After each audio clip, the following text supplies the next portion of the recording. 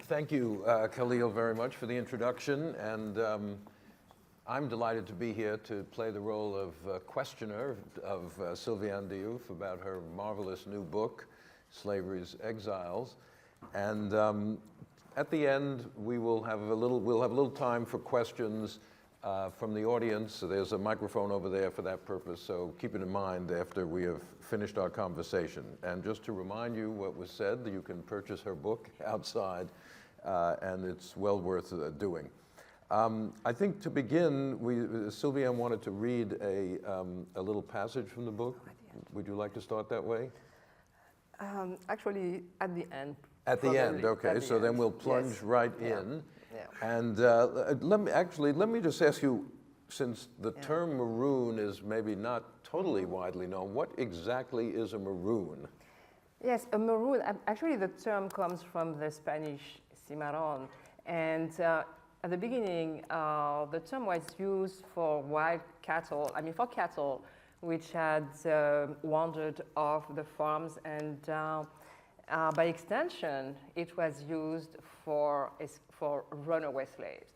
So it was cimarron in Spanish, marron in French, and it became maroon in English. Now, what is interesting also is that even though the term is used, marron and cimarron, as meaning any kind of runaway, then it became really used for people who settled in the woods, the swamps, the mountains.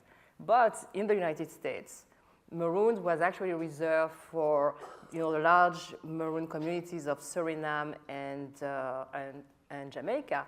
And in the United States, Maroons were actually called runaways simply, or outliers. But these are, normally when we think of runaway slaves, we think of people coming up to the north, getting to Canada, but you're talking about people who established communities in the South. Yes, so communities are also individuals, families who remained in the South and decided to live in an autonomous way in the woods and the swamps. Mm-hmm. Now, how did you get interested in this subject?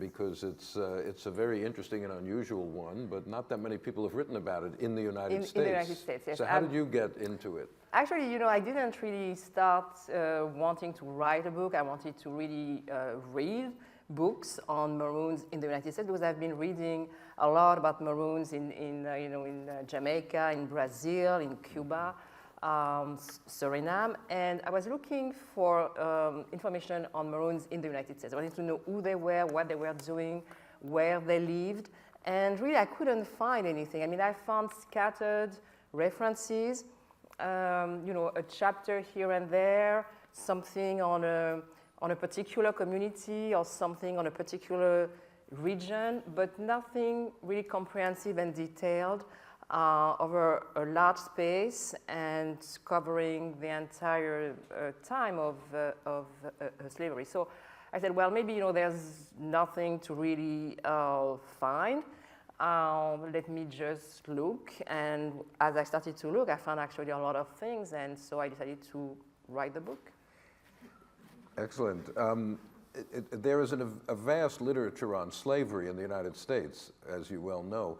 Why do you think this particular aspect was very neglected? And you're quite right. This is really the first book about Maroons as a general phenomenon in American and Southern history.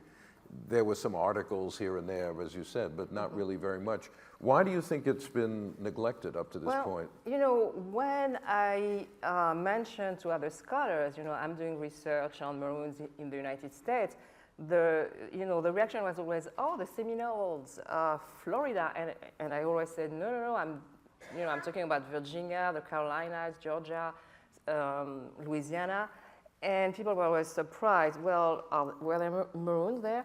Because the idea, when we look at Maroons in the United States, people think of Florida and the Seminoles because those were large communities, there were wars, and that's what people think about when they think Maroons. They think Brazil, Palmares, they think Jamaica.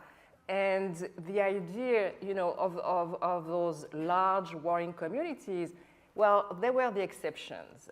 Throughout the Americas, Maroon communities were actually small, or not as big as what we think they were. They lived for sometimes only several months, several years, one generation.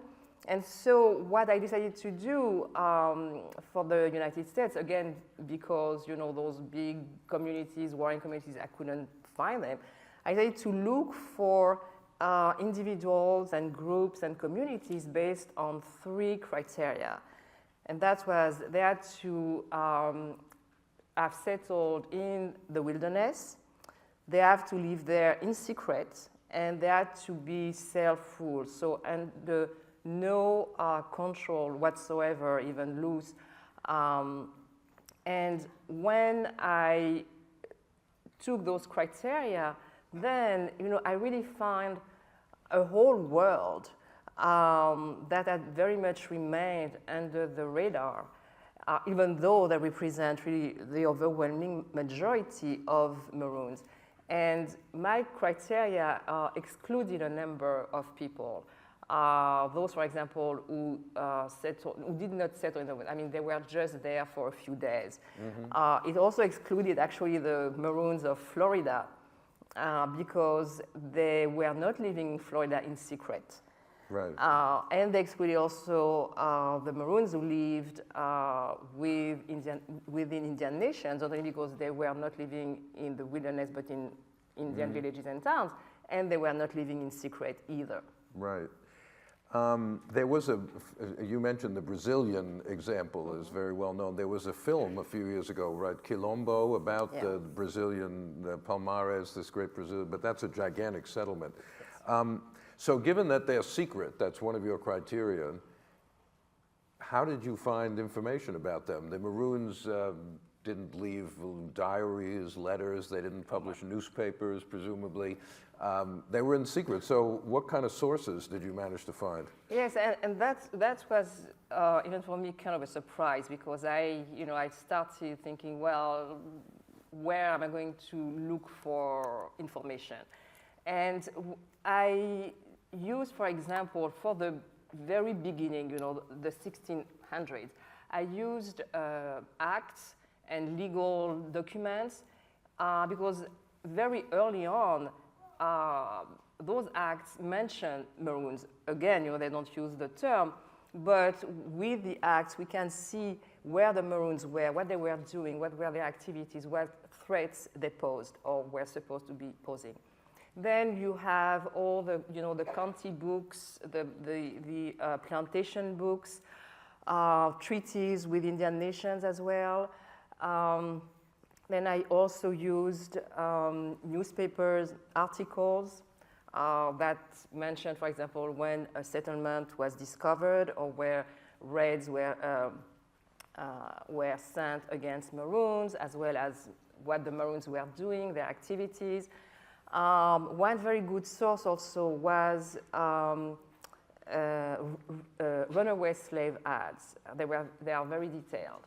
And you can follow people, actually. And I did that for several Maroons, including African Maroons. What I did for some of them was to follow them from the slave ship to the woods, and then sometimes back to the plantation where they were captured, and then back to the woods when they run away again, sometimes with shackles on their legs.